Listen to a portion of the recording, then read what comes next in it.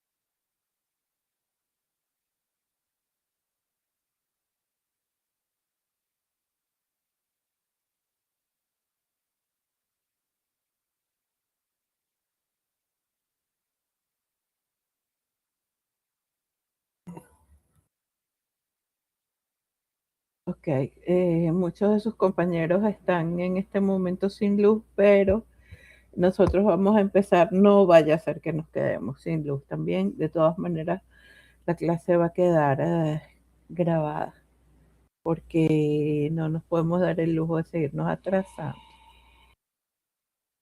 Hoy vamos a hablar de índices y razones financieras, ¿ok? Que son herramientas esenciales para el diagnóstico de la situación financiera, para el diagnóstico financiero de la empresa.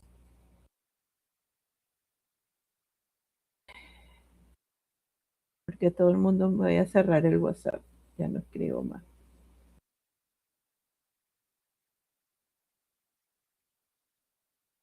Ya va, chicos, permiso.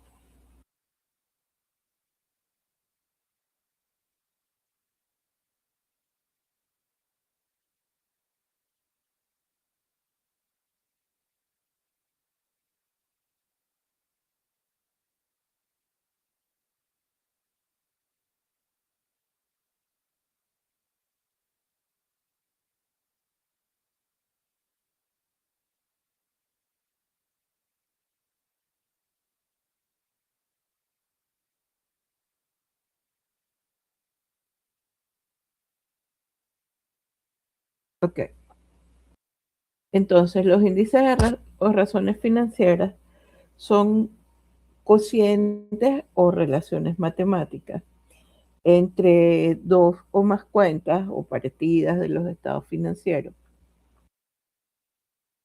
tanto del estado de situación. Aquí una vez más vamos a usar el estado de situación financiera y el estado de resultado. ¿Ok?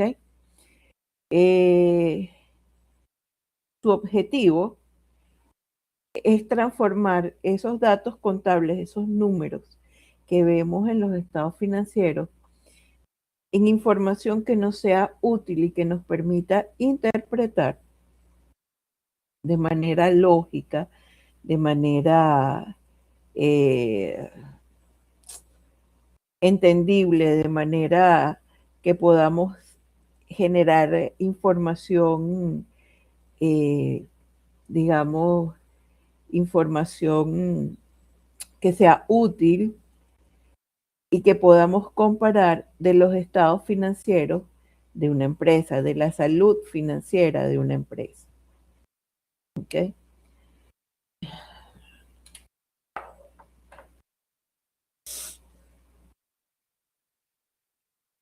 Ya cambié la lámina. Ok. La importancia de estos índices o razones financieras es que ellos nos permiten evaluar las dos áreas más críticas de las empresas, a la vez que de la eficiencia con que se miden. Nos permite evaluar la liquidez, que es la capacidad de pago a corto plazo que tienen las empresas. O sea, cuando digo liquidez me refiero a si las empresas tienen dinero líquido, dinero disponible para cubrir con sus obligaciones. Y la solvencia, que es la capacidad eh, eh,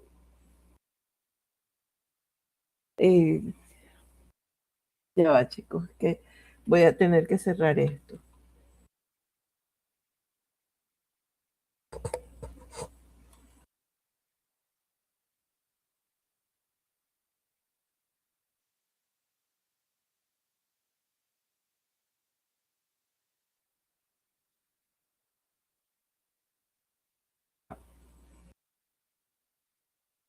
Decía, eh, que nos permite evaluar las áreas críticas, que son la liquidez, la solvencia y la eficiencia en el uso de la liquidez y de los activos de la empresa.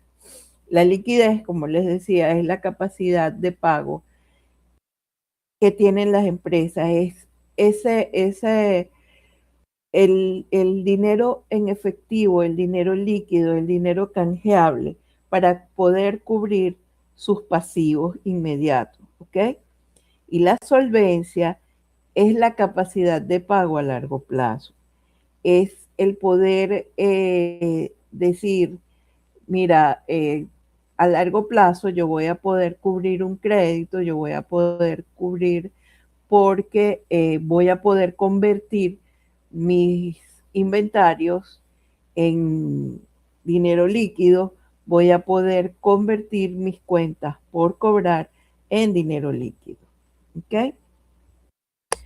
Y también nos ayuda a medir la eficiencia con que puedo convertir mis activos o mis inventarios en utilidad, o sea, la eficiencia con lo que los puedo vender y no solo venderla, sino los costos que necesito para generar esas ventas y si soy rentable o no soy rentable. También me permite medir la eficiencia con que uso mis activos para generar esa rentabilidad. Eh, los, eh, esto, esta, estos índices o razones financieras se agrupan en cuatro categorías principales, que son los índices que miden la liquidez, los índices que nos indican la capacidad de endeudamiento y de solvencia, los índices que nos permiten medir la actividad y la rentabilidad.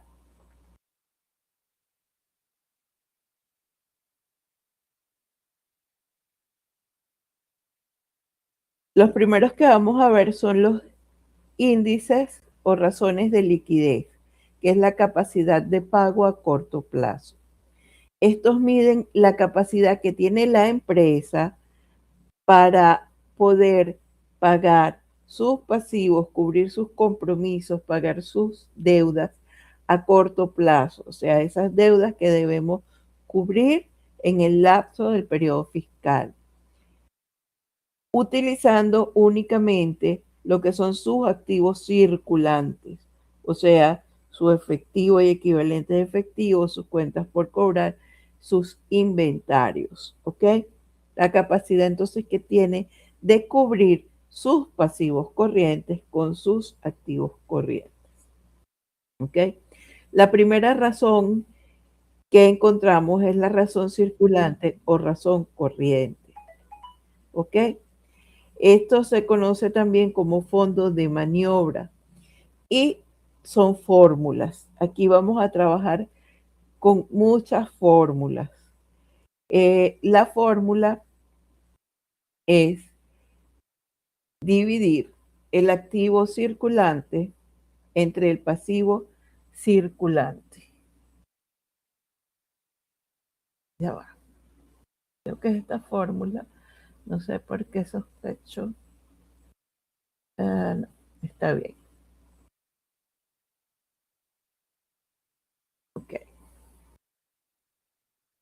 Lo que está invertida es la lámina, ¿ok? Pero ya decía yo que este no era el fondo de maniobra. Esta es la prueba del ácido. Esta es la razón circulante o razón corriente, esta que está aquí. Esta mide la suficiencia, aquí dice, razón circulante o razón corriente, ¿ok? Es el indicador de liquidez, digamos que es el más usado, ¿ok? Eh, Nos permite saber cuántos recursos tiene la empresa para cubrir cada unidad de deuda que se venza en menos de un año. O sea, mide la suficiencia de mis activos circulantes para cubrir mis pasivos circulantes. Se utiliza esta fórmula, divido el total de mi activo circulante entre el total de mi pasivo circulante. Y la interpretación es un valor de 1 indica que la empresa tiene más activos líquidos que deuda. Un rango deseable está entre 1.5 y 2. ¿Okay? Por ejemplo, tenemos que una empresa tiene un activo circulante de 200,000 y un pasivo circulante de 100,000. Ay, Dios mío. Aló. Bien, ¿y tú cómo estás, Alesia? ¿Cómo te sientes? Bueno, estoy un poquito mejor, ya por lo menos se me escucha voz. Esta mañana estaba sin voz. Oye, pero estás dando cosas por ahí. Sí, sí, está. He escuchado un montón de personas que están con un...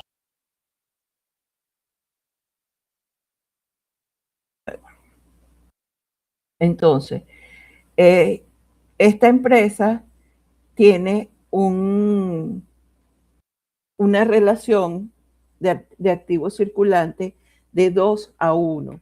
O sea, por cada dólar de pasivo tiene $2 de activos para cubrir sus deudas inmediatas. Eso es lo que nos indica esta razón circulante. ¿Ok? Ok, el fondo de maniobra, también conocido como capital de trabajo, eh, es la diferencia entre lo que se tiene en líquido y lo que se debe pagar de una vez. O sea, es de lo que yo realmente dispongo para trabajar. Y hay dos formas de conseguirlo. Igual, todo es aplicación de fórmula. Ay, ya voy a empezar a toser. El fondo de maniobra es igual al activo corriente menos el pasivo corriente.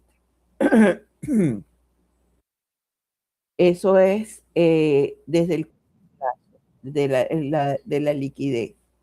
Desde el largo plazo, desde la solvencia, que es la parte de los recursos en donde con el que nos podemos financiar operativamente. El fondo de maniobra sería la suma del patrimonio neto más el pasivo no corriente, y a eso le restamos el activo no corriente. No todo el activo, solamente el activo no corriente. ¿Cuál es el activo no corriente? Nuestra propiedad, planta y equipo. Ya vamos a trabajar tomando el patrimonio neto. ¿Cuál es el patrimonio neto? Capital social, las reservas que tengamos y las utilidades no distribuidas, ese total, más el total del pasivo no corriente, ¿ok? Y a esa suma le vamos a restar nuestros activos no corrientes.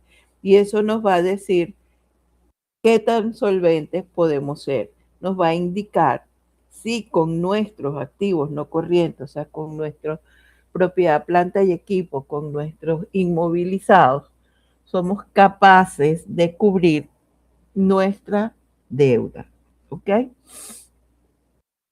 En el corto plazo, simplemente nos va a decir de cuánto disponemos si le restamos el activo corriente al pasivo corriente, o sea, cubrimos nuestra deuda, nos debe quedar un ponte en este caso, en este mismo caso que tenemos 200 y le restamos 100, nos van a quedar 100 para cubrir, para hacer nuestro capital de trabajo, para cubrir nuestras actividades rutinarias diarias. En el momento en que no me entiendan, por favor, me interrumpen. Esta clase es sumamente larga. Esta es la prueba favorita de los bancos. Se llama la prueba del ácido o quick ratio. ¿Ok? Esta es una prueba que le indica a quienes pretenden prestarnos dinero, pretenden invertir en nuestra empresa, si verdaderamente tenemos liquidez. ¿Ok? ¿Por qué? Porque la prueba del ácido va a tomar nuestro activo circulante completo y le va a restar los inventarios. ¿Ok? Es una manera de dejarnos prácticamente que desnudos. Sin inventarios deberíamos tener liquidez, deberíamos poder soportar nuestros pasivos, ¿ok? No depender de vender nuestros inventarios o de transformar nuestros inventarios en, en dinero para poder cubrir deudas, sino que sin tocar los inventarios deberíamos poder cubrir nuestros pasivos.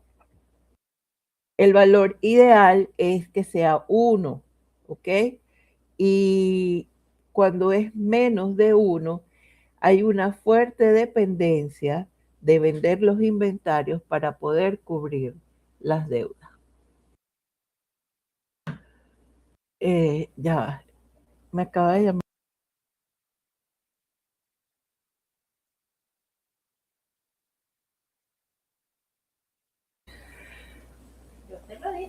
Bueno,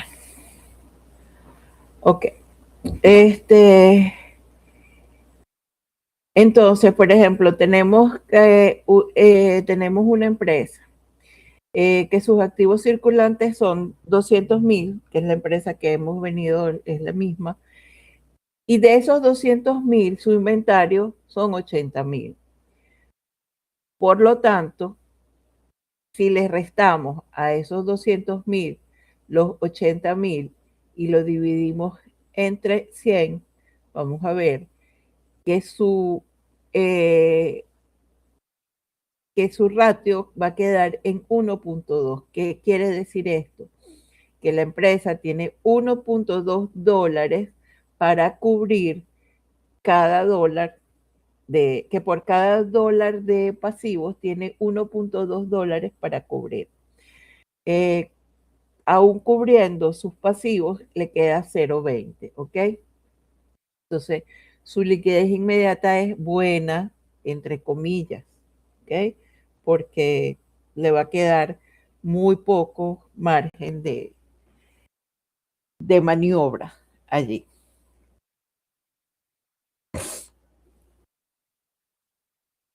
Este es un cuadro de resumen que yo les hice para que les sea más fácil ver todo.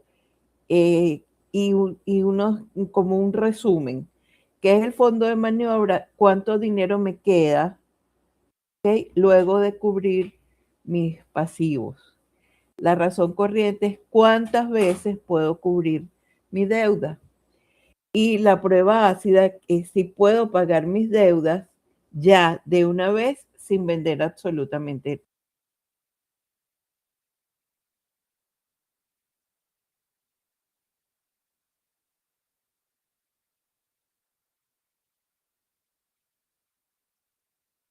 Sí, pero no. Eh, ajá. Entonces, esto es un cuadro de resumen con las... Qué fastidio con esta tos y la... Con los datos más resaltantes y más importantes de cada... de los índices que vamos a ver. Hay muchos más índices, pero estos son los que vamos a ver por cada una de las cuatro razones, por cada uno de los cuatro tipos de razones que vayamos a ver. Entonces, para las razones de liquidez tenemos fondo de maniobra, razón corriente y prueba ácida. El fondo de maniobra, que nos indica cuánto dinero me queda en valor, en bolívares, en dólares, en la moneda que estemos usando, luego de cubrir mis pasivos. La fórmula es activo corriente menos pasivo corriente. Y aquí tienen los valores y la interpretación. La razón corriente es cuántas veces cubro mi deuda, si lo incluyo todo, si incluyo todos mis activos y todos mis pasivos para hacerlo. Y la prueba ácida, todos mis activos corrientes y todos mis pasivos corrientes, por supuesto. Y la prueba ácida, ¿verdad? Es restarle al activo corriente mi inventario y dividirlo entre mi pasivo corriente. ¿Y qué es lo que me permite saber? Puedo pagar mis deudas ya mismo sin vender absolutamente nada, excluyendo los inventarios, ¿ok? No sin necesidad de vender mis inventarios. Si puedo, realmente tengo la liquidez para cubrir mis deudas. Esta es la interpretación de los resultados, ¿ok? Yo se los coloqué aquí. Un resultado positivo, los activos corrientes superan las deudas, tienes un colchón de seguridad para operar. El estado de la empresa es saludable. Si están justamente en cero, el activo corriente es igual al pasivo corriente, ahí comenzamos a tener alertas, ¿ok? Y cuando es negativo, hay un riesgo de quiebra porque los activos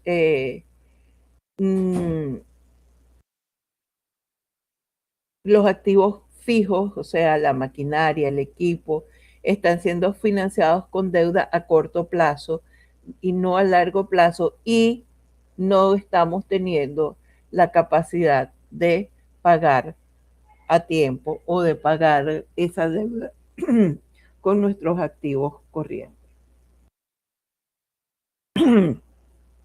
Continuando con la interpretación de los resultados, tenemos, esta es la interpretación de los resultados del fondo de maniobra. Esta es la interpretación de los resultados de la razón corriente. Entonces, igual aquí tienen, cuando es menor a cero, hay un riesgo alto, los activos líquidos son insuficientes para cubrir la deuda a corto plazo, hay peligro de suspensión de pagos o quiebra, una quiebra técnica. Entre 1.0 y 1.4 está allí, en el límite, ¿ok? La empresa tiene justo lo que necesita para pagar, pero no puede equivocarse, porque si se equivoca, pierde. Lo ideal está entre 1.5 y 2, hay un equilibrio, hay eficiencia operativa, quiere decir que los activos están siendo bien utilizados. Y cuando es mayor a 2.5, tampoco es que sea buena, porque quiere decir que hay demasiados recursos inmovilizados en activos que no están rindiendo utilidad, que no están, y esto está indicando que hay una ineficiencia en el uso del dinero, hay una eficiencia en el uso, en lo que se aplica, en lo que el dinero está siendo aplicado. ¿Ok? Y la prueba ácida, que como les digo es la que más utilizan los bancos, el valor ideal aquí es que sea 1. Este es el equilibrio ideal. Cuando existe una relación de 1 a 1 entre activos líquidos y deudas urgentes, es el punto óptimo de la solvencia inmediata, porque aquí no se está sacrificando la eficiencia, simplemente puede cubrirse y continuar trabajando porque está generando. Cuando por el contrario hay un exceso de liquidez, hay una acumulación inusual de recursos y esto indica que el dinero está allí ocioso, que no está siendo bien utilizado. Y si es el caso de nuestra moneda, bolívares, pues es el peor uso que se le puede dar tenerla guardada porque se devalúa. ¿Ok?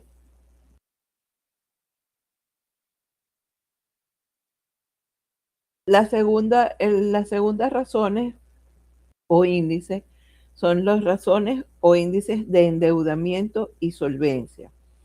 Estos nos hablan de la estructura de capital. Evalúan la manera en que las empresas se financian y miden esta deuda de acuerdo a su relación con sus activos y su patrimonio. El primer índice que encontramos es la razón de un endeudamiento total. ¿Ok?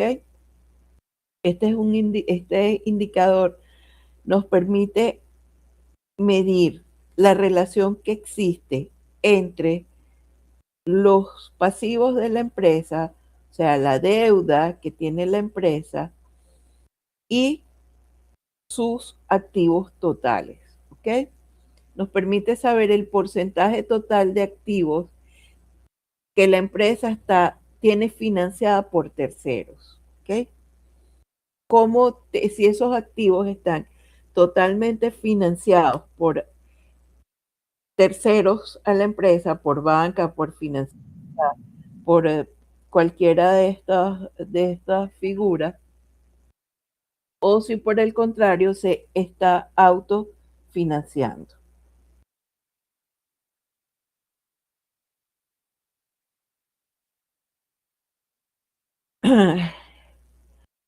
En este caso tenemos, el resultado por supuesto se expresa en un porcentaje. En este caso tenemos, el pasivo total de una empresa es de $500,000 y su activo total, cuando digo total, incluyo tanto la parte corriente como la no corriente. ¿Ok? Y su activo total es de 1.250.000. Voy a dividir mi pasivo total entre mi activo total. ¿Ok? Ya va, chicos, un momento. Sí, llama la que eso la va a tranquilizar. Ok, este, vamos a dividir entonces nuestro pasivo total entre nuestro activo total y eso nos va a dar 0,40. Si lo multiplicamos por 100 va a ser el 40%. ¿Cuál es la conclusión de esto? Que el 40% de los activos de la empresa se financian con deuda externa, o sea, con créditos bancarios, con créditos que nos dan los proveedores, con quizás crédito a largo plazo. No lo sabemos, no lo podemos ver porque no tenemos el estado financiero acá.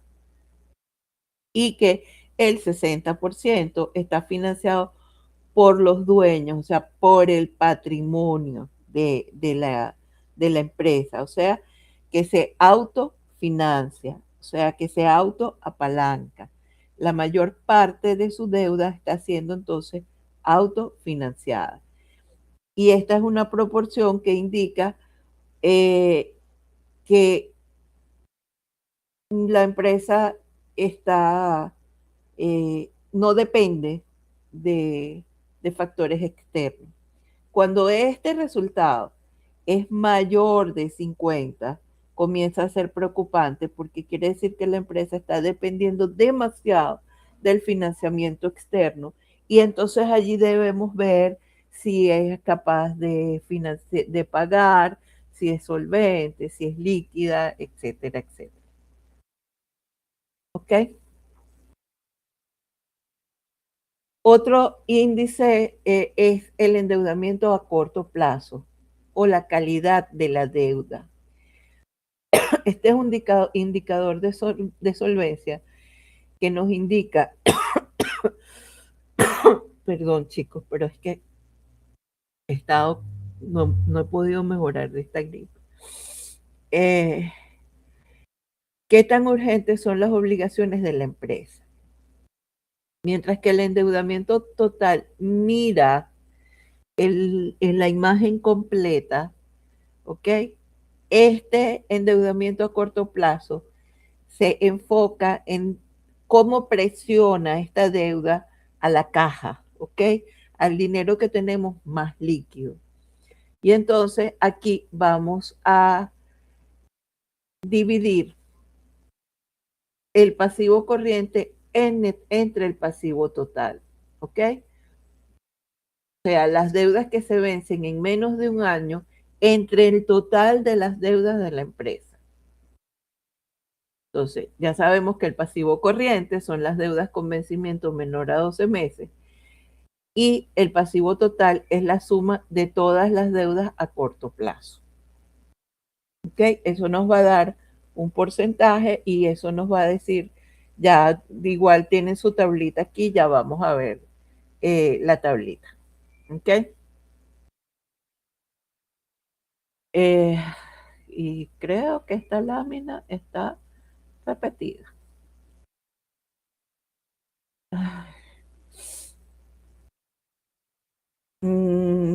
Sí, el endeudamiento, no, este es pasivo corriente, este es el pasivo no corriente.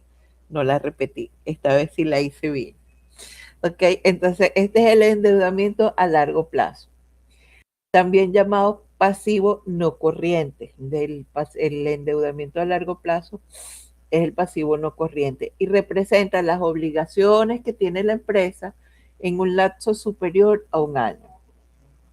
Esta es una deuda que no genera presión inmediata, no genera presión sobre la caja, pero sí genera una presión sobre pagos futuros y sobre la inversión que debemos hacer del dinero. ¿Ok? Entonces aquí vamos a dividir el pasivo no corriente entre el pasivo total. Ya sabemos que el pasivo no corriente son los préstamos bancarios a largo plazo, los bonos, las hipotecas. Y el pasivo total es la suma de todos nuestros pasivos, de todas nuestras deudas. ¿Ok? Entonces, esto es lo que nos va a permitir saber es qué tan capaces somos de endeudarnos a largo plazo para, por ejemplo, comprar un galpón, comprar un terreno, comprar maquinaria, comprar esas cosas que generalmente exigen que la deuda sea a más largo plazo, porque por supuesto son inversiones muy grandes. Ya yo tengo el cuadrito hecho para que veamos qué significa cada una de estas.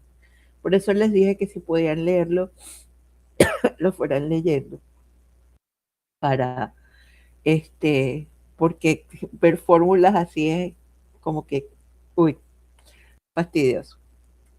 Pero bueno, y el apalancamiento total, que los bancos conocen como leverage, es un indicador de solvencia que mide la relación entre los recursos de terceros, ¿verdad? Y nuestros recursos propios. ¿Cuáles son los recursos aportados por terceros? Nuestros pasivos. Llámenlos cuentas por cobrar, por pagar, perdón, eh, créditos bancarios, inversiones, bonos, hipotecas, ¿ok? Todo eso son recursos ajenos, recursos aportados por terceros o deuda.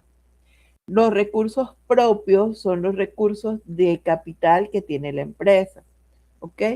Entonces, este no mide cuánto debo, sino cuántas veces es más grande mi deuda que mi capital, ¿ok? Si mi capital es más pequeño que mi deuda o si mi capital es más grande que mi deuda. Es una medida de cuánto se está apoyando los dueños de la empresa del financiamiento de terceros o de su propio de sus propios recursos. Esto se mide en porcentajes, ¿ok? Y voy para ello a dividir el pasivo total entre el patrimonio neto. Ya vamos a ver cómo, eh, qué significa. Este es un cuadro de resumen de razones de actividad financiera.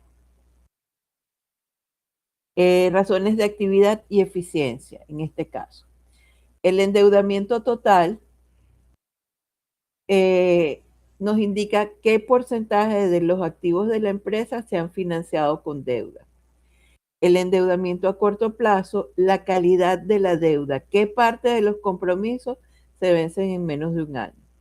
El endeudamiento a largo plazo, la capacidad de maniobra, qué parte de la deuda es estructural y cómoda de pagar. Y el apalancamiento es la relación de fuerza entre el dinero de los acreedores, o sea, el dinero de terceros, y el dinero de los dueños de las empresas. ¿Ok? Aquí tienen las fórmulas, aquí tienen los valores de interpretación de cada una de ellas. Igual está la tablita de cómo se clasifican el endeudamiento o cómo se clasifica de acuerdo al resultado. En el caso del endeudamiento total, esta es la interpretación de los resultados. Cuando el endeudamiento es menor de 40%, que es el ejemplo que ya vimos, es una empresa muy solvente, ¿verdad? Capaz de financiarse. ¿Por qué si saben que estoy en clase a esta hora me escriben? Si son ustedes mismos. Paciencia, ya.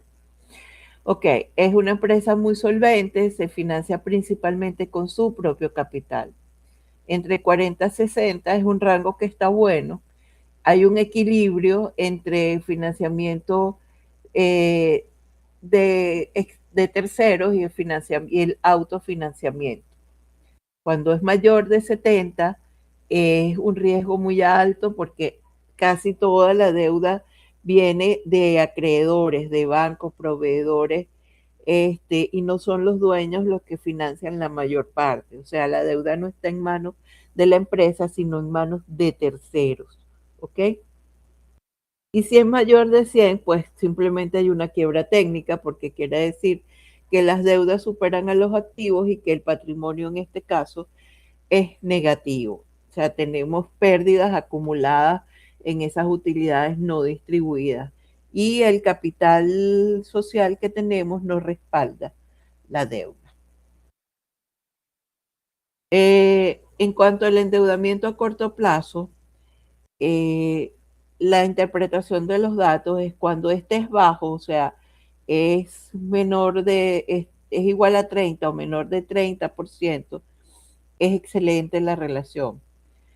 Porque quiere decir que la mayor parte de la deuda es a largo plazo, o sea que no presiona la caja, no presiona nuestro activo líquido para pago de inmediato, porque es una deuda que podemos manejar, ir administrando e ir planificando sus pagos.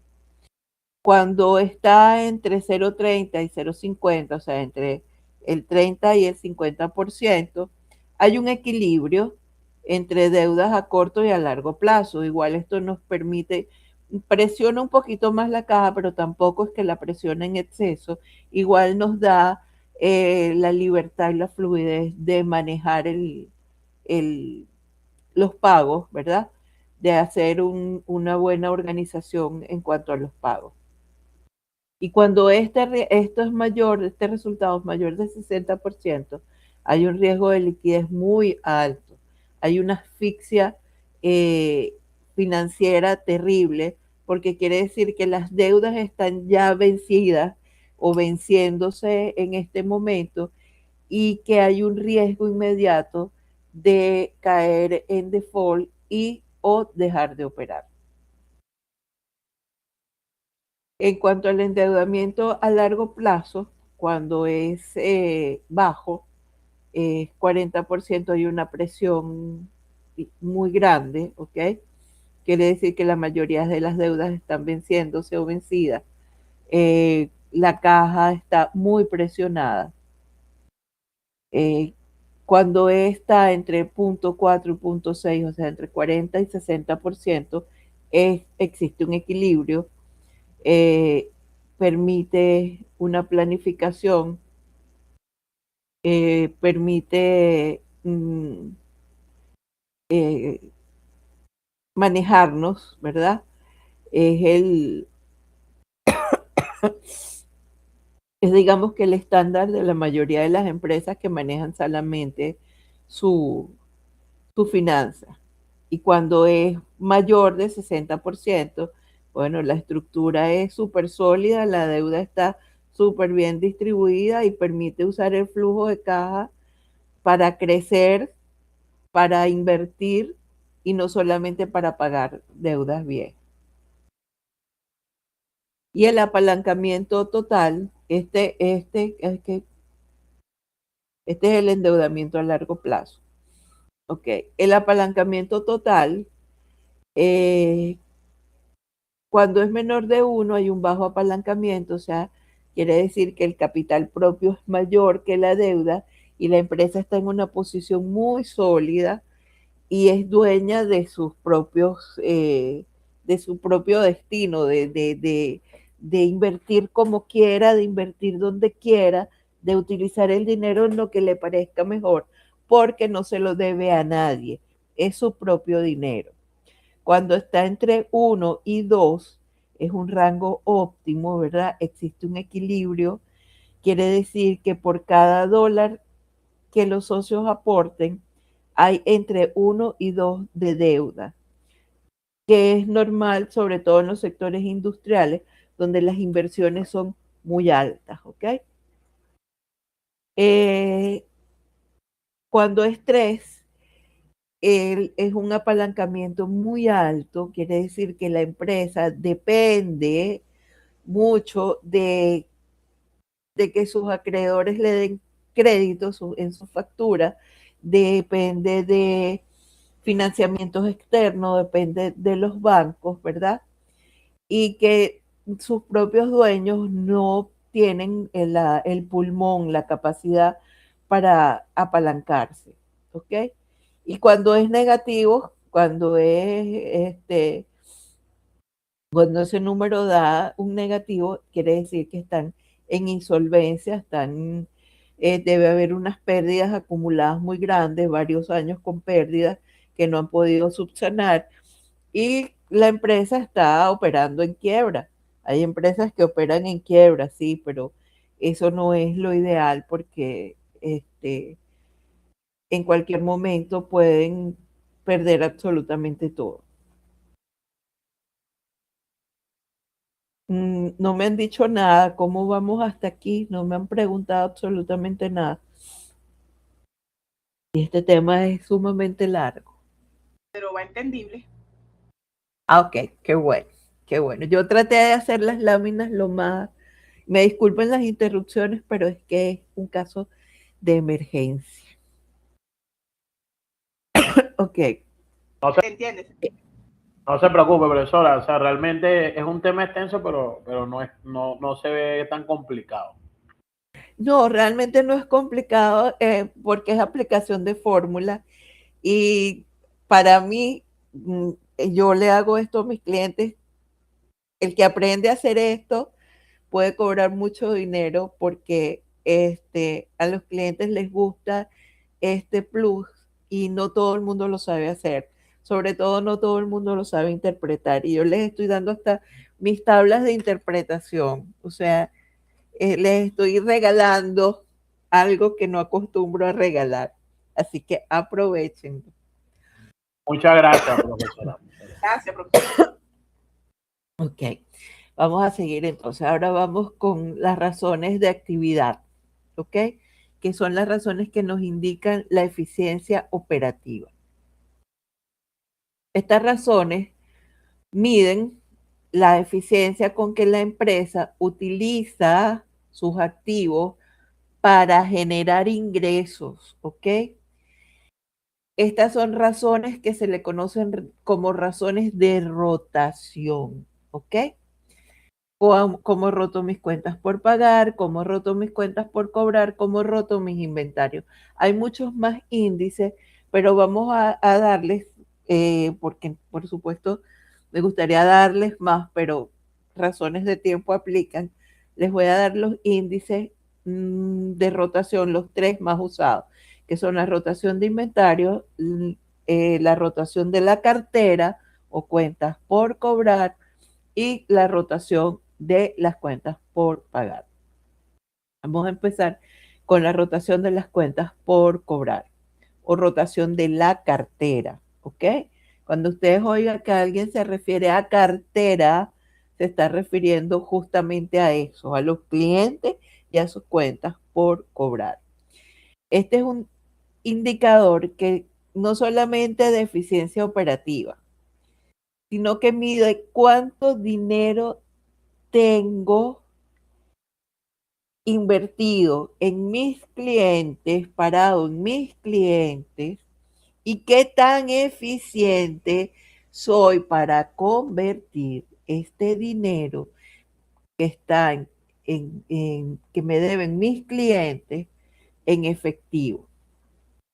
Y esto es fundamental, que lo conozca la gerencia, que lo sepa el departamento de ventas y que lo sepa el departamento de cuentas por cobrar, para poder saber qué tanta liquidez voy a tener en un momento determinado. ¿Ok? Entonces, ¿qué mide? La rapidez con que la empresa convierte su cuenta por pagar en dinero. O sea, la rapidez con que la empresa cobra sus cuentas por cobrar, perdón. Dije cuentas por pagar ahorita, es cuentas por cobrar. Entonces, la fórmula de la rotación de cuentas por cobrar es las ventas netas a crédito entre las cuentas por cobrar promedio. ¿Ok? La interpretación indica el número de veces que las cuentas por cobrar se convierten en efectivo durante un periodo. ¿Ok? Un valor alto es lo que se desea. Entonces, tenemos como ejemplo las ventas a crédito de una empresa son 900,000 y las cuentas por cobrar son 150,000. Entonces voy a dividir mis ventas a crédito, ¿ok? Entre mis cuentas por cobrar promedio. Eso me va a dar 6.0 veces. ¿Ok? ¿Qué quiere decir eso? Que la empresa cobra sus cuentas por cobrar 6 veces, la empresa cobra, sí, bueno, la redundancia, la empresa rota sus cuentas por cobrar 6 veces al año. Para saber cuántos días promedio son de cobro, voy a dividir 365 días entre ese resultado. Y eso me va a dar que mi promedio de crédito es de 60.8 días. Entonces, si la política de crédito de la empresa es de 30 días, quiere decir que tengo una rotación de cuentas por cobrar terrible, porque estoy excediéndome en 30.8 días. Lo ideal es que esto me dé menos de 30 días, ¿ok? Y más en una economía inflacionaria como la nuestra, ¿ok? La rotación de los inventarios. Este indicador nos mide cuántas veces renovamos el stock, cuántas veces rota nuestro inventario, ¿ok? Qué tan rápido se vende la mercancía que tenemos en el almacén o qué tan rápido, cuando son empresas manufactureras, producimos con esa materia prima o con esos suministros que compramos, ¿verdad? ¿Cuánto tiempo tenemos detenido en los almacenes ese inventario? Eso es lo que nos indica, ¿ok? Entonces es la rapidez con que el inventario se vende y se reemplaza para las empresas distribuidoras, para las empresas retail, o cuántas veces reponemos suministros y materia prima para la producción. O sea, qué tan eficientes somos para eso, ¿ok? Y la rotación de inventarios es el costo de la mercadería vendida, o sea, el costo de ventas, ¿verdad? Lo dividimos entre el inventario promedio. Y esto nos indica el número de veces que el inventario rota, el número de veces que el inventario se vendió y se reemplazó durante un periodo. Cuando este número es alto, sugiere que hay una buena gestión, que hay una buena gestión de ventas, una buena gestión de producción. ¿Ok? Supongamos que el inventario es de 500,000.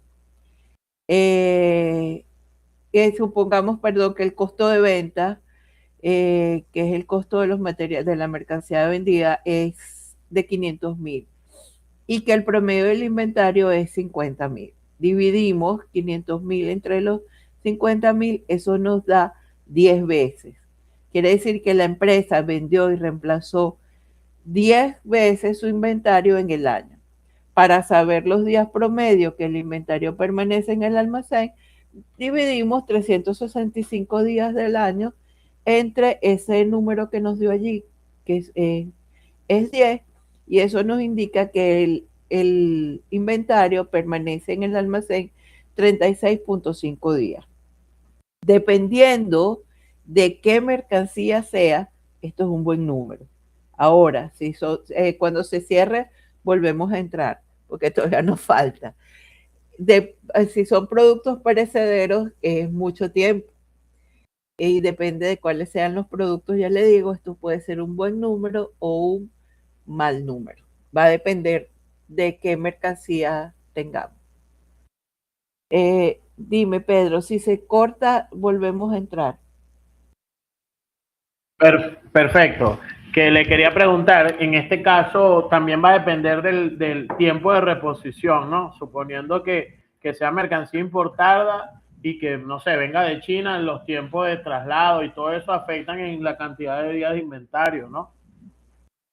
Sí, correcto. En ese caso, la empresa debe tener unas políticas establecidas, ¿verdad? Si esta rotación excede las políticas de la empresa, hay una ineficiencia en la rotación de inventario. Si está acorde a las políticas, entonces, ok, la vamos. Ok, como le decía a Pedro, esto va a depender cuando es importación.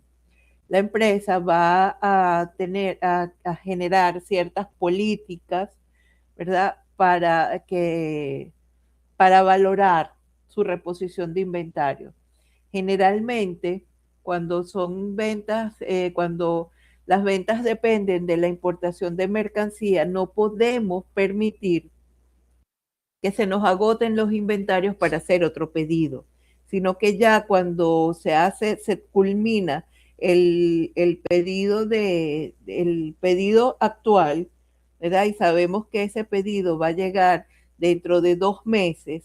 Nosotros en el transcurso de esos 2 meses que tarda en llegar ese pedido, ya debemos estar, el departamento de ventas ya debe estar gestionando y ya debe tener otro pedido para traer un nuevo cargamento. Entonces esto va a hacer que, si bien la rotación de inventarios acá va a ser un poco más lenta, la eficiencia la va a determinar en la continuidad de esa llegada de importación. Por ejemplo, yo tengo empresas que venden repuestos que vienen de China, y las empresas nunca se quedan sin repuesto, porque llegó pedido, por ejemplo, en marzo, después llegó pedido llegó en marzo, llegó en mayo, llegó en julio, y así cada 2 meses va llegando pedido, y ellos van rotando su stock y tienen una rotación de 66.2 días aproximadamente, que para hacer mercancía importada es excelente. Pero es que tienen un departamento de compra y venta que trabaja a un ritmo súper adaptado. Eso es correcto, profesora. Yo también le hacía la pregunta porque yo soy gerente de ventas y pues como gerente de ventas a veces hago levantamiento de la información para decir, epa, esto es lo que yo necesito para cumplir mi presupuesto, ¿no? Okay. Me he dado cuenta pues que las empresas quizás por toda la situación o el declive que vivió la economía en los últimos años y la reducción de estructuras, muchos no están midiendo ese detalle, el inventario, entre la conexión que hay que tener de cualquier retraso, los días de inventario, cuánto estoy vendiendo, cuánto pesa, por ejemplo, el mes en que estoy vendiendo, porque no todos los meses tienen la misma proyección de venta, ¿no? Dependiendo del mercado, obviamente. Entonces, eso es lo que está ocasionando que muchas empresas caigan en quiebre de stock y que al final termina afectando el presupuesto de venta. Exactamente, eso ocurre con muchas empresas porque no hay el manejo de estos índices. La gente ve el uso de estos índices como algo engorroso, como algo fastidioso. Yo, lejos de verlo como eso, me guío más, y siendo contadora, esto es más de economistas, pero esto es un plus para mis estados financieros. Esto es indicarle al cliente, mira, tú me estás pagando a mí para que yo te dé estados financieros, pero esta es la información que a ti realmente te sirve. Entonces tú, como gerente de ventas, deberías poder trabajar directamente con el contador de la empresa, con el departamento de compras, y aplicar estos índices para mejorar la eficiencia de la empresa, no solamente en la rotación de inventario, sino en el retorno de la inversión de manera más eficaz, de manera más eficiente. Es correcto, y sobre todo que por lo mismo que estamos conversando, en muchas ocasiones no hay un manejo óptimo del inventario, porque vemos cosas con exceso de inventario y otras con muy poco inventario acorde a los volúmenes de venta, ¿no? Entonces, eso termina afectando la rentabilidad del negocio o el flujo de caja más que la rentabilidad, ¿no? Sí, afecta ambas cosas. Porque si te afecta el flujo de caja, por supuesto que te va a afectar la rentabilidad. Porque en la medida que tu flujo de caja sea menor, tú vas a tener menos posibilidad no solamente de rotación de inventario, sino de cubrir otras deudas, otros pasivos que son importantes y que también generan rentabilidad, como por ejemplo el pagarle al departamento de ventas o el invertir en mercadotecnia, en publicidad, en todas esas cosas. O sea, el flujo de caja es importante para absolutamente todo lo que implica el manejo de la empresa. Perfecto, muchas gracias. A la orden. Ok, continuamos. Entonces, y el otro es la rotación de proveedores o de cuentas por pagar. Es el tercer indicador clave en la eficiencia operativa de la empresa, ¿ok? Porque nos indica cuánto me tardo en pagar, ¿ok? Es lo que es, digamos, que indica cuál es mi estrategia de financiamiento. Mientras los otros dos índices de rotación van hacia los clientes, hacia la utilidad de la empresa, mide cuántas veces en el año la empresa paga sus deudas, ¿verdad? Y es una estrategia de financiamiento, ¿ok? Aquí, para calcularla, voy a tomar mis compras netas a crédito, o sea, lo que yo compro a crédito, ¿verdad? Y lo voy a dividir entre el promedio de mis cuentas por pagar. El valor de la mercancía o materia prima comprada, las compras netas, es el valor de la materia prima o mercancía comprada. Si no lo tengo, generalmente me lo da el costo de venta. ¿Ok?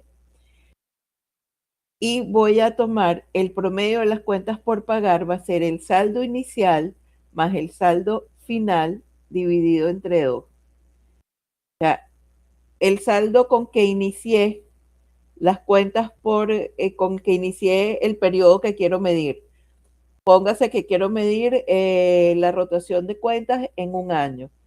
El saldo con que inicié en enero versus el saldo con que estoy cerrando en diciembre. Eso lo divido entre 2 y ese es mi promedio de cuentas por pagar.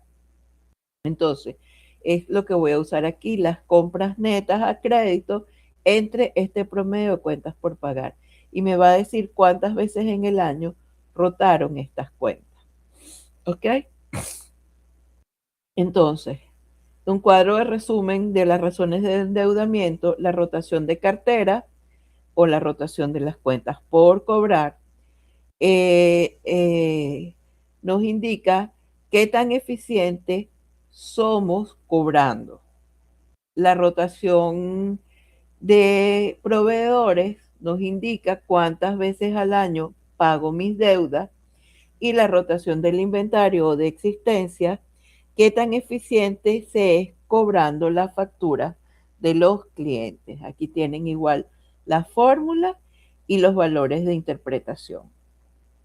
De todos los índices tienen igual la estructura, la fórmula y los valores de interpretación. O sea, tienen estos cuadritos que son los que les van a permitir, son como decir las chuletas. Esto es lo que les va a permitir saber qué es lo que le está diciendo esos resultados que están obteniendo. No es solamente aplicar la fórmula, sino interpretar esos resultados. Entonces aquí tienen la rotación de cartera, o sea, la rotación de las cuentas por cobrar. Cuando es menor a 30 días, eso es excelente. Hay un departamento de crédito y cobranza que es eficiente al máximo y está convirtiendo eso en dinero líquido muy rápidamente, lo que quiere decir que ahí hay un riesgo casi nulo de caer en impagos. Entre 30 y 60 días, bueno, es normal, aunque yo para mi gusto, más de 30 días ya no es normal. En este país no es normal, ¿ok? Pero es el estándar de la mayoría de las empresas, ¿ok? Es lo que llaman B2B, business to business, negocio a negocio.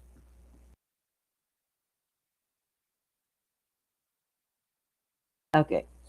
De 60 a 90 días, para mí ni es aceptable, para mí es sumamente lento, pero es lo que financiera y comercialmente se acepta, ¿ok?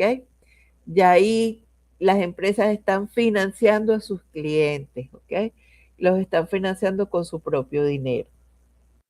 Y mayor de 90 días es riesgoso. Hay que saquen a todo el mundo del departamento de cobranza porque, sí, saquen a todo el mundo del departamento de cobranza porque no está haciendo su gestión. O cuidado con el departamento de ventas y a quién se le está vendiendo, porque no siempre es culpa del departamento de cobranza. Es cuestión de que los vendedores nos dicen, no, mira, si ese cliente es buenísimo, él va a pagar, sí, no sé qué tal, y enamoran al gerente y ya consiguen que le den el crédito al cliente y después el cliente no paga. Profesora, una pregunta y disculpe que la interrumpa nuevamente. En el caso de, supongamos que una empresa X tiene una estrategia de venta de volumen con clientes puntuales, con los clientes VIP de la empresa que se establece un plazo de crédito fraccionado, vamos a poner un ejemplo, de 90 días. Pero es algo acordado y dentro de todo el cliente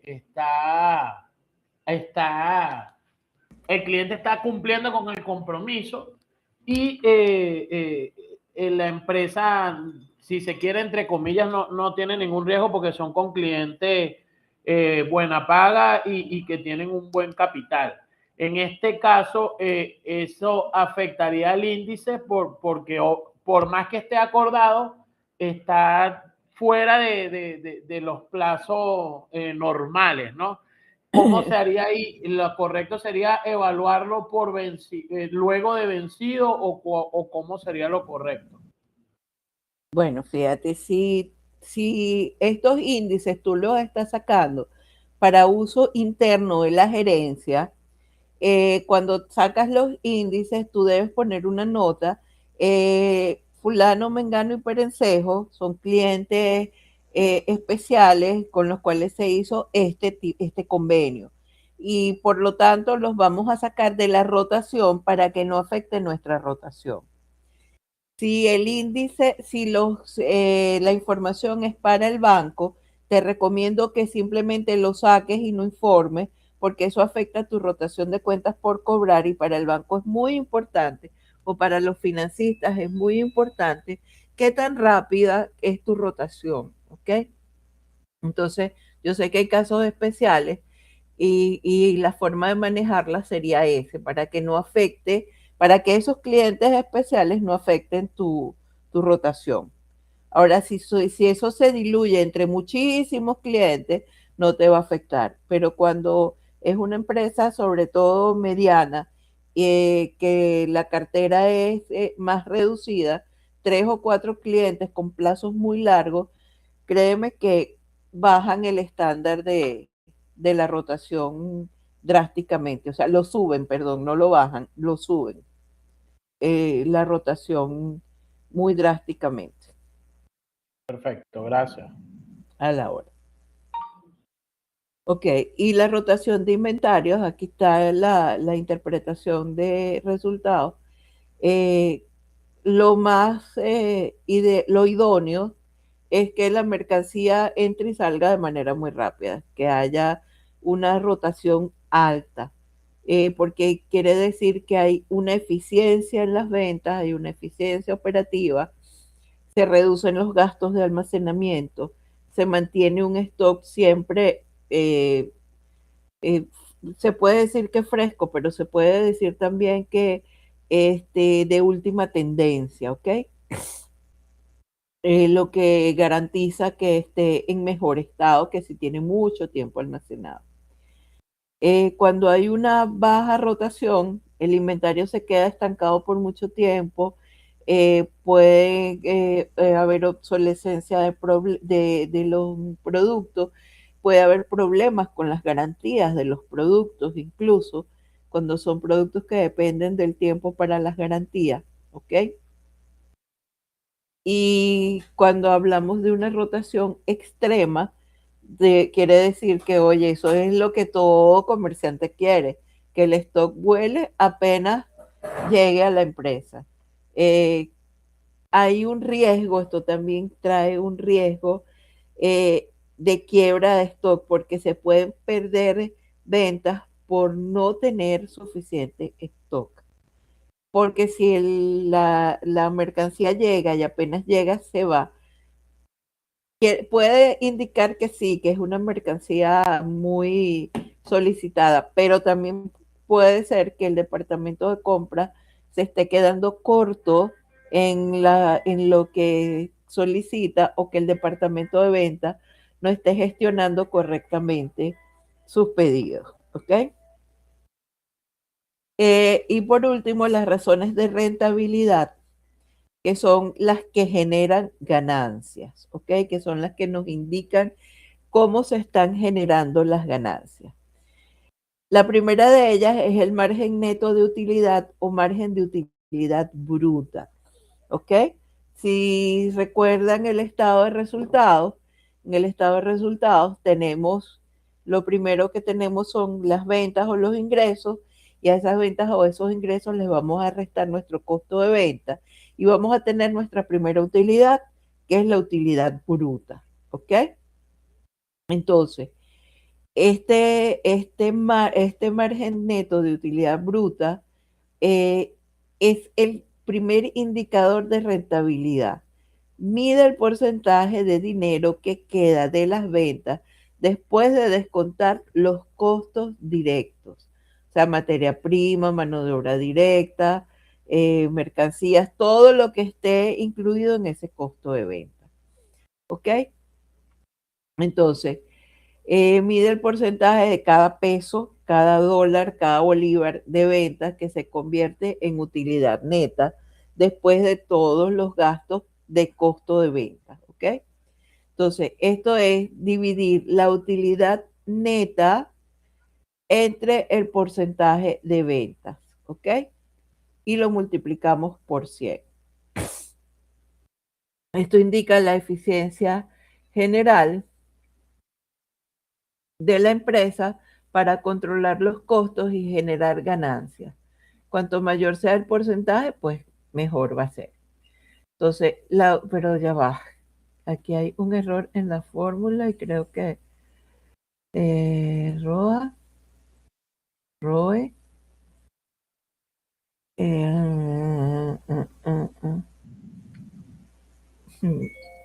creo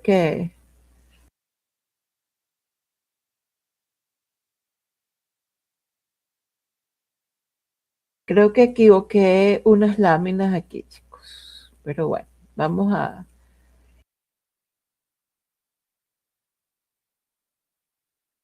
Esta sí está bien. Ok.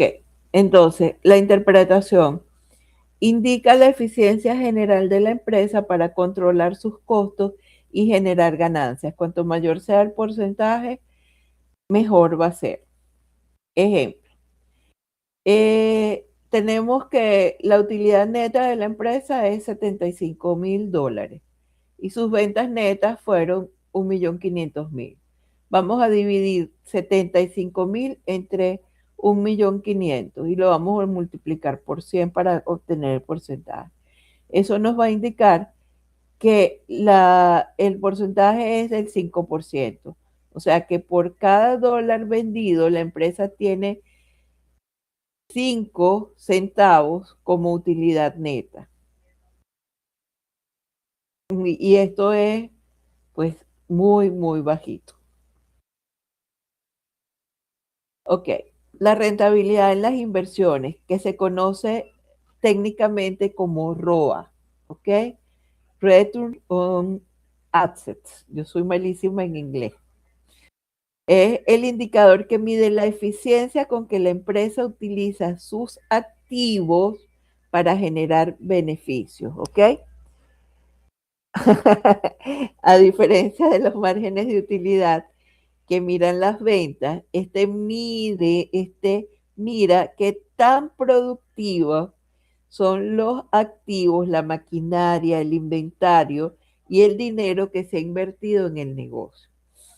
Para calcularlo, vamos a dividir la utilidad neta entre el activo total y lo vamos a multiplicar por 100. Este es uno de los índices también más utilizados, ¿ok? Porque esto indica qué tan eficiente es el uso de todos mis activos para generar utilidad. La utilidad neta es la ganancia final después de todos los gastos y de todos los impuestos, ¿ok? Y el total de activos de la empresa es el total de activos corrientes y no corrientes.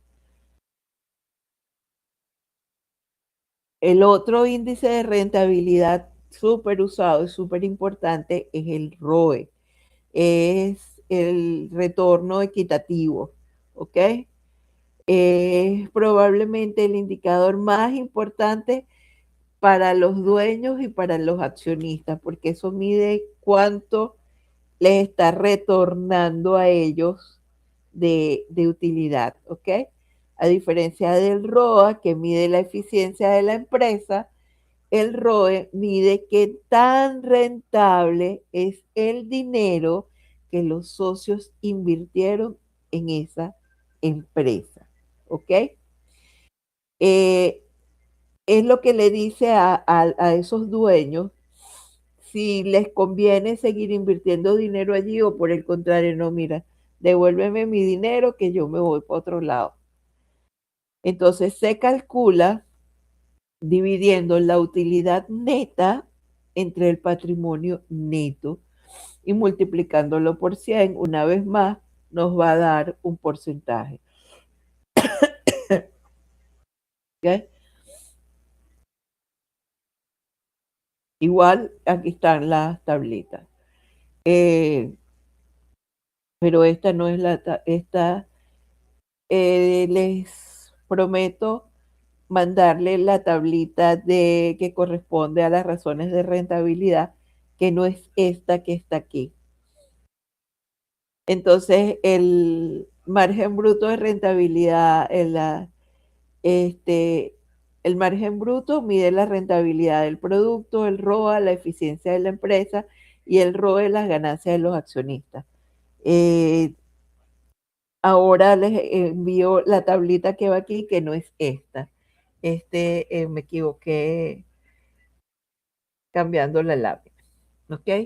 El margen de utilidad bruta en la interpretación de los datos, hay cuando está entre 60 y 80%, hay mucho dinero para cubrir gastos operativos y generar beneficio neto, hay un gran valor agregado a bajo costo. Cuando está entre 10 y 20, hay un riesgo, cualquier subida de precios, cualquier variación en el costo de venta va a hacer que haya una catástrofe ahí en la empresa, una posible quiebra, ¿ok? Porque los costos de la mercancía están siendo muy altos. Y cuando la tendencia es a la baja, los costos suben más rápido que los precios de venta. Entonces ahí estamos en una alerta porque hay que revisar si es que nuestros proveedores nos están vendiendo muy caro o si es que estamos vendiendo muy barato y el departamento de costos no está sacando los costos como debería ser. ¿Okay? La rentabilidad de las inversiones, cuando es mayor de 5, es muy bueno, la empresa está gestionando sus activos de manera muy rentable, está utilizando los activos como los debe utilizar. Entre 2 y 5% es bueno, lo común, es lo que sucede normalmente en las empresas. Está bien, no es lo óptimo, pero está bien, está produciendo los activos, están produciendo. Cuando es menor de 2%, está invirtiendo muchos dineros en activos que no le están otorgando utilidad. Puede ser inventarios que no roten, puede ser maquinaria o equipo que no esté siendo mal utilizada, infravalorada o infrautilizada. ¿Okay? Y negativo, que los activos no están sirviendo para nada en la empresa, están todo lo contrario, destruyendo el valor de la empresa en sí. Y la rentabilidad sobre el patrimonio, cuando es menor de 10 es bajo, los socios van a querer irse de la empresa porque su dinero no está retornando, no se está convirtiendo en utilidad. Entre 10 y 20 es un rango saludable, es lo que normalmente ocurre en las empresas que gozan de buena salud. 30%, estamos hablando de empresas con con una rentabilidad súper buena, o sea, esas empresas que son máquinas de hacer dinero, donde los gastos son casi cero. Es el sueño de todos los inversionistas. De esas hay muy pocas, ¿ok? Y negativo, los socios están perdiendo dinero y el patrimonio se está consumiendo en pérdidas constantes todos los años, ¿ok?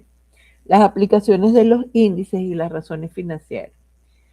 Lo primero es el análisis de tendencia.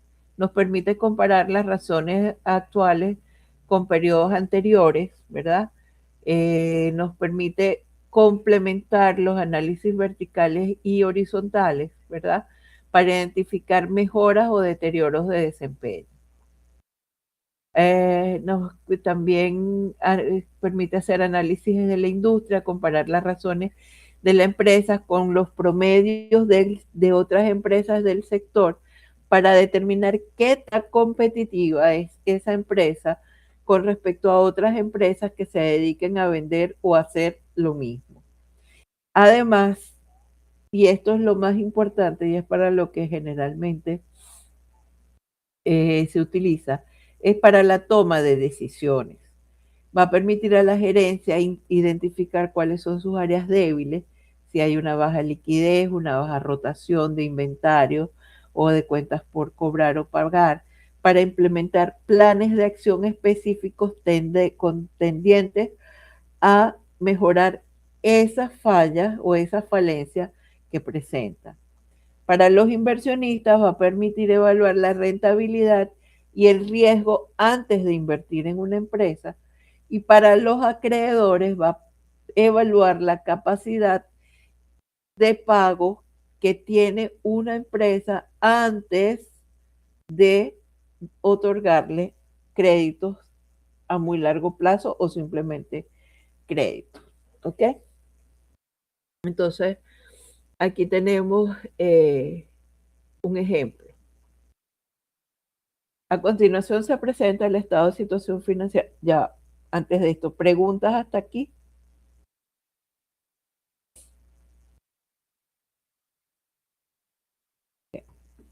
Entonces, a continuación se presenta un estado de situación financiera y un estado de resultados de una empresa ficticia que se llama Comercializadora Alfa S.A.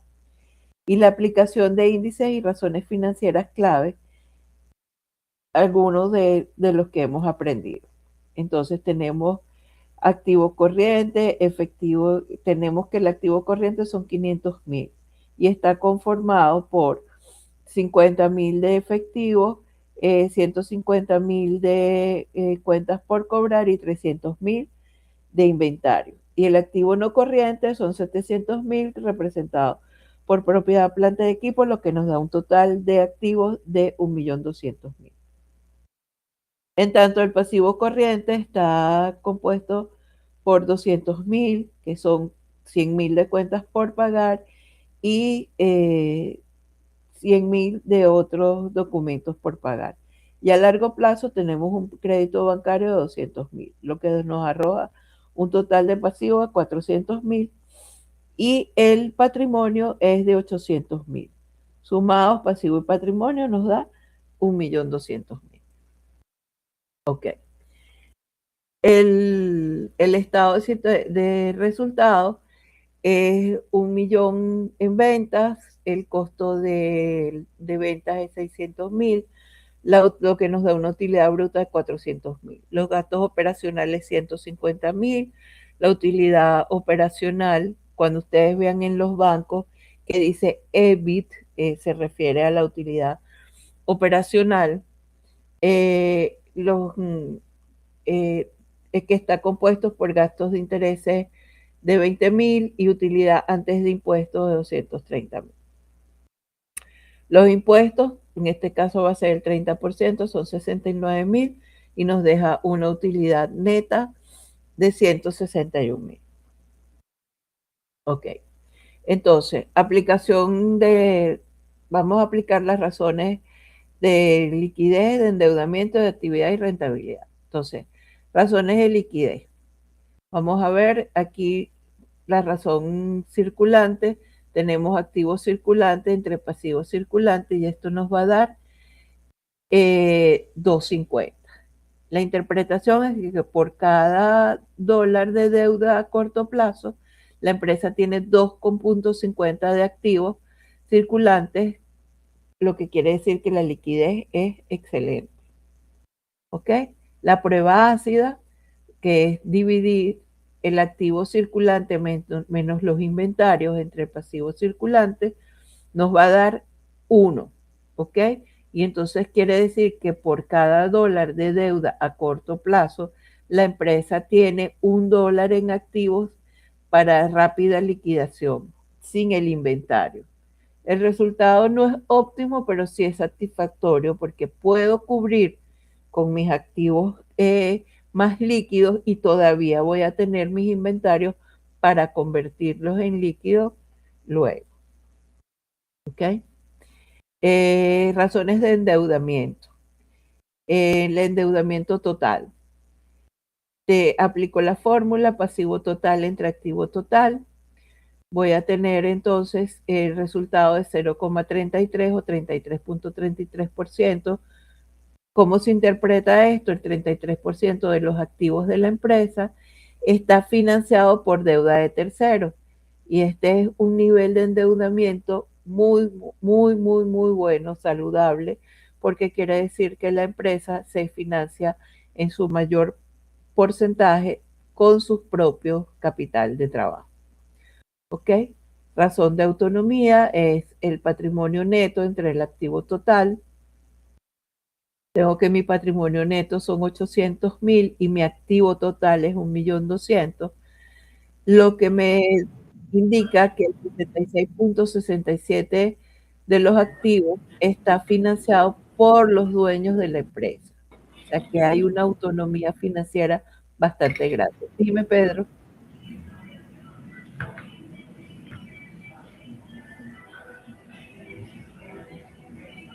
¿Ibas a decir algo, Pedro?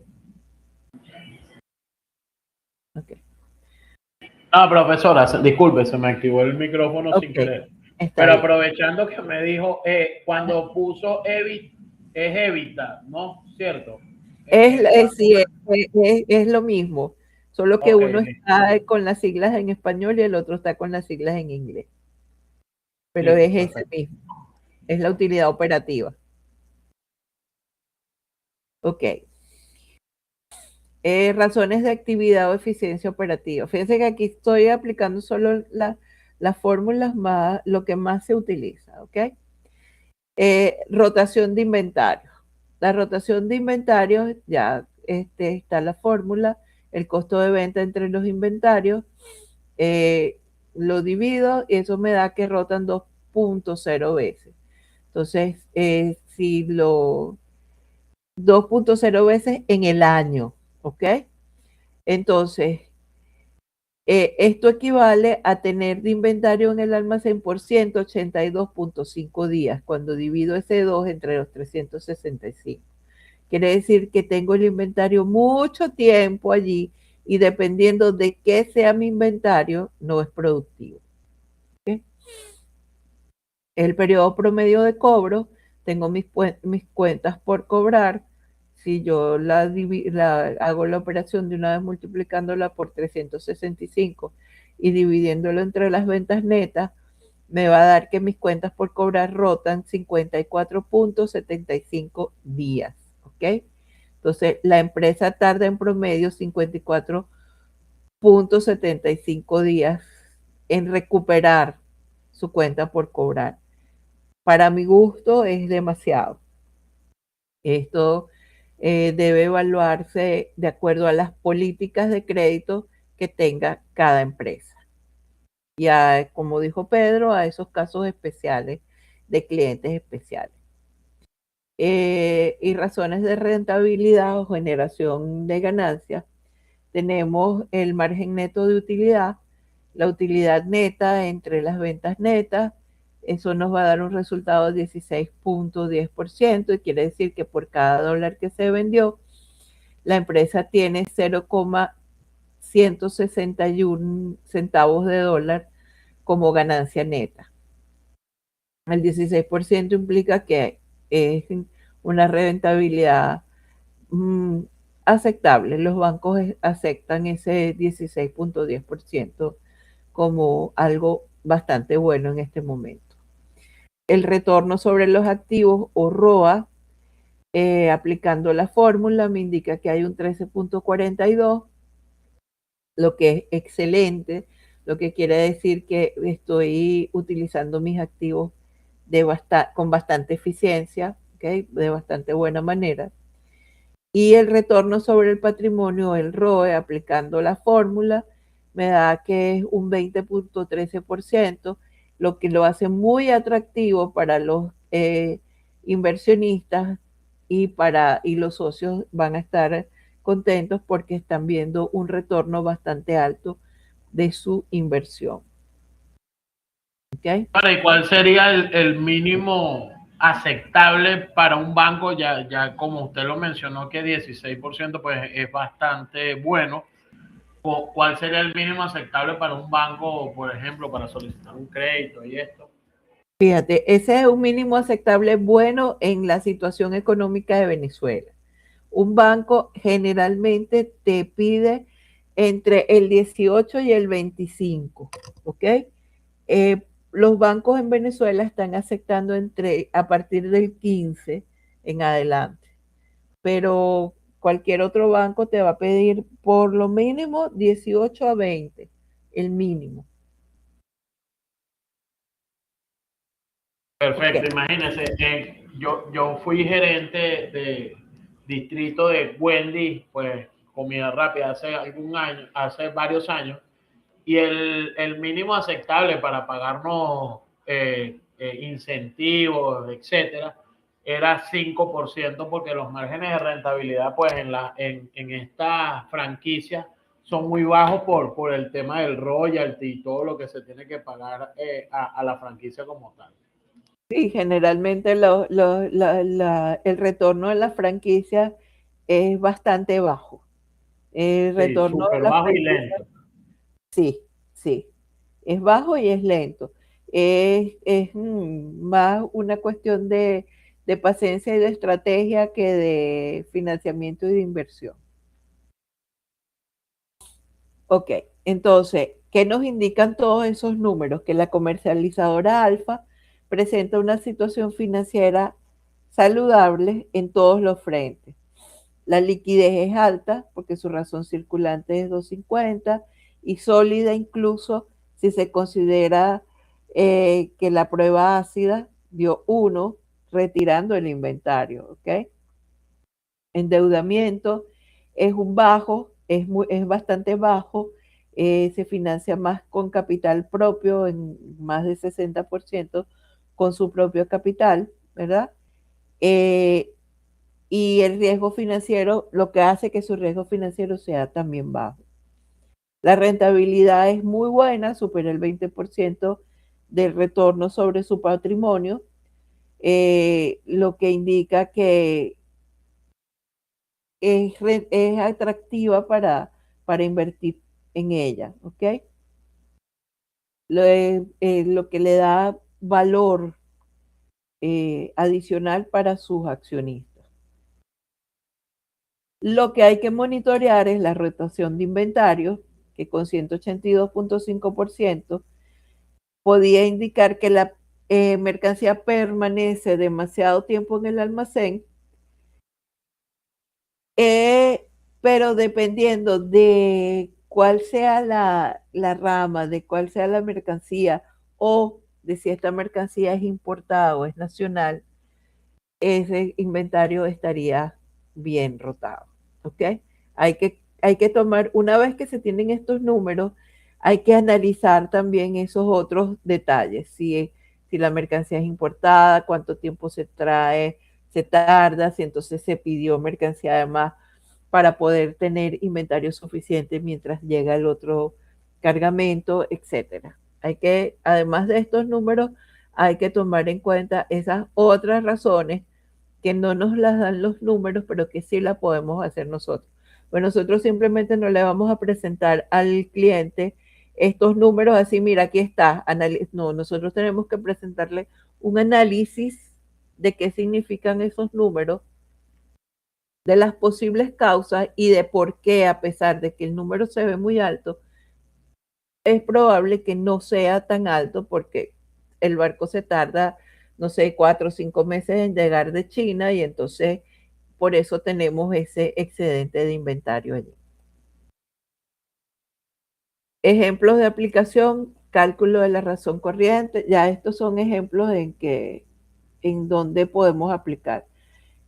Para una empresa con un activo corriente igual a 180 millones de euros y un pasivo corriente de 120 millones de euros tenemos, entonces aplicamos eso a una empresa y nos dice que la empresa no estaría en capacidad de cumplir con sus obligaciones a corto plazo.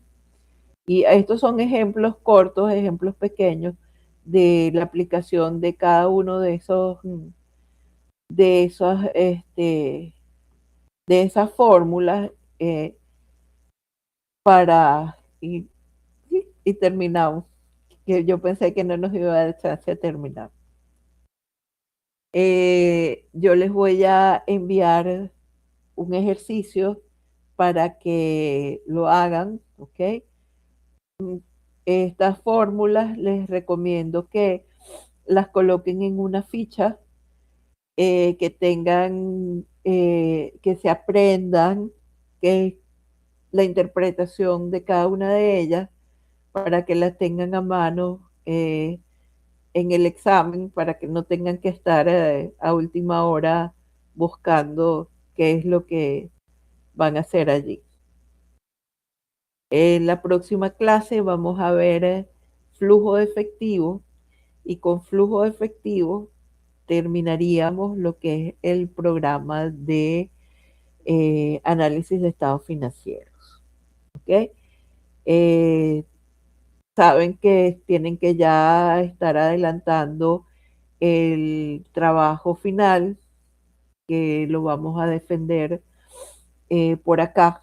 Vamos a hacer sesiones que tienen que ser rápidas, no puede ser una cosa muy extensa.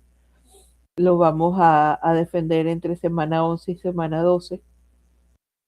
Cada uno me va a decir en cuál semana lo va a defender. No lo pueden defender todos en semana 12 porque no nos va a dar tiempo. Tenemos 2 días de clases a la semana porque ustedes son un grupo muy extenso, entonces tienen que dividirse entre semana 11 y semana 12.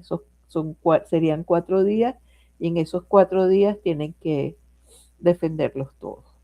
¿Ok? ¿Alguna pregunta?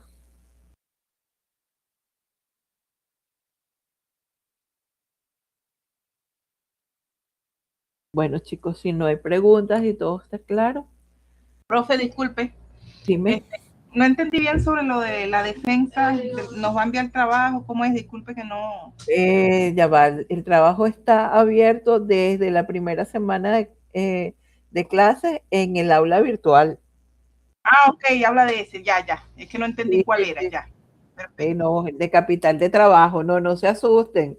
Es el de capital de trabajo que yo les dije bastante tiempo, y les dije, hagan grupos para que sea más fácil la defensa. Si hicieron grupos, necesito que me indiquen, por favor, quiénes componen esos grupos. La verdad, yo no he hecho ningún grupo. Bueno, no, el que vaya a hacerlo solo, perfecto, lo hace solo. No hay problema. Okay. Bueno, chicos, si no hay nada más, me despido de ustedes, que pasen buenas noches.